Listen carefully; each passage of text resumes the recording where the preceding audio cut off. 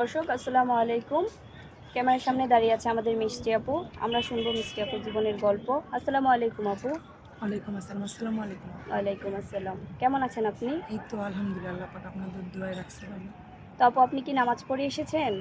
হ্যাঁ আপু, মাত্র নামাজ পড়ে আসলাম। আচ্ছা, তো আপু আমরা তো আপনাদের জীবনের গল্প শুনতে এসেছি, তো আপনি বলেন আপনার জীবনের গল্প। আপু, আমার জীবনের গল্প হলো আমি মিষ্টি ইসলাম। আমার বাসা ঠাকুরগাঁও। আমি ইন্টার পর্যন্ত লেখাপড়া করেছি। আমার বয়স 24। আমি যখন 5 বছর বয়স তখন আমার মা মারা গেছে। আমার বাবা প্যারালাইজ। আমার মা মারা যাওয়ার পরে আমার বাবা প্যারালাইজ হয়নি, উনি আবার বিয়ে করেছিল। তো বিয়ে করেছিল, এমন একজনকে বিয়ে করেছিল যার সংসার আগে 2টা বাচ্চা আছে। যেহেতু আমি ছিলাম এর জন্য আব্বু মেনে নিছে। আপনার আব্বু কি আপনাকে কখনো ভালোবাসতো না?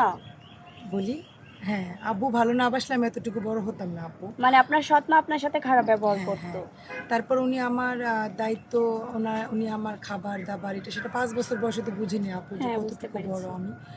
তো আমাকে এতিমখানায় দেওয়া হয়েছে। আমার বাবা বেঁচে থাকতেও আমাকে এতিমের মতো বড় হতে হয়েছে। আর ছুটিতে সবাই, আমি সবসময় বলি, আমার লাইফটা এরকম একটা কষ্টের জায়গা যে আমি বাবা থাকা সত্ত্বেও আমি এতিমখানায় বড় হয়েছি। আর ছুটিতে, গরমের ছুটিতে বলেন বা ঈদের ছুটিতে বলেন, সবাই যদি বেড়াইতে যাইতে, মানে বাসায় বেড়াইতে যেত কিন্তু মাদ্রাসা থেকে, আমার কপালে জুটতো না। কেন ঈদের মধ্যে কেন জুটতো না? আপনি কেন বাসাতে যেতে পারতেন না? আপু, বাসায় যদি যেতাম তাহলে মনে করেন যে অত্যাচার। একটা কথা বলি, একদিন আমি বাসায় যখন ইন্টার পরীক্ষা দেওয়ার পর যখন আমি হ্যাঁ। বাসায় আসছি, ডাল রান্না করেছিলাম। আপু, সবসময় তো মানুষের রান্না একরকম হয় না।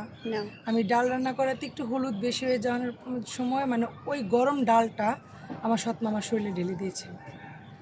তো এরকম অত্যাচার যখন আমি বলি, আমার শরীরের কাঁটা উঠে যায়, কারণ আমার জীবনটা এরকম। আহ, তো এর জন্য আর কি আমি কি করতাম, মাদ্রাসায় থেকে যেতাম।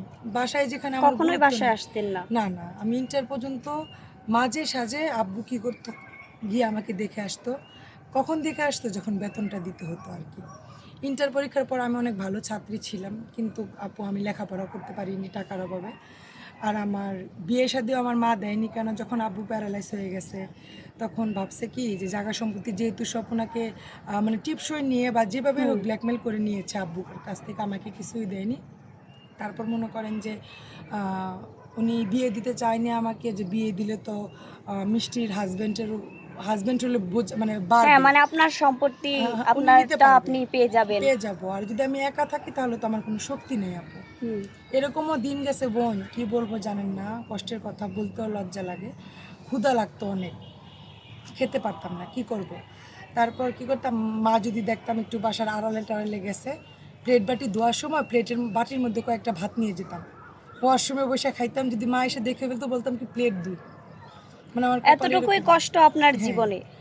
আজকে আমি এখানে আসতে হবে আপু, মানুষ কম কষ্টের পর আসেনি। আমি 4 দিন না খেয়েছিলাম।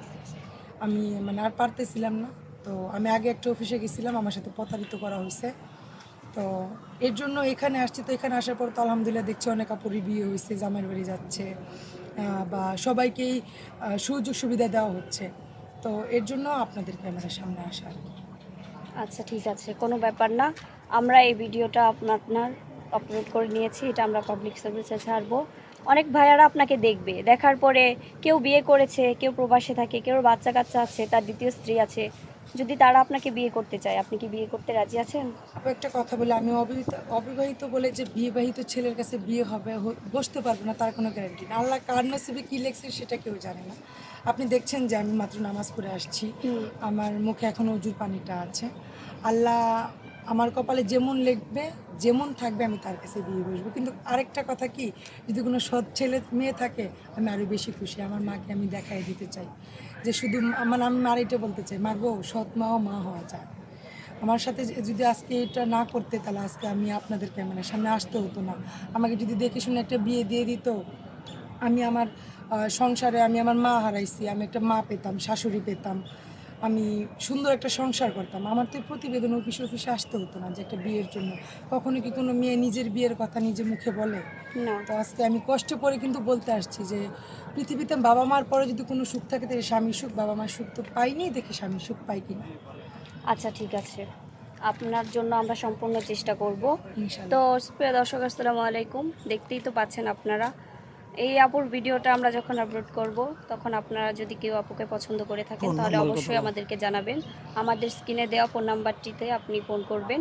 কেউ অযথায় ভিডিও কল অডিও কল দিয়ে আমাদেরকে ডিস্টার্ব করবেন না, ভয়েসে কথা বলবেন। যদি আপনার অডিও কল ভিডিও কল দেন তাহলে আমরা ব্লক করতে বাধ্য হব।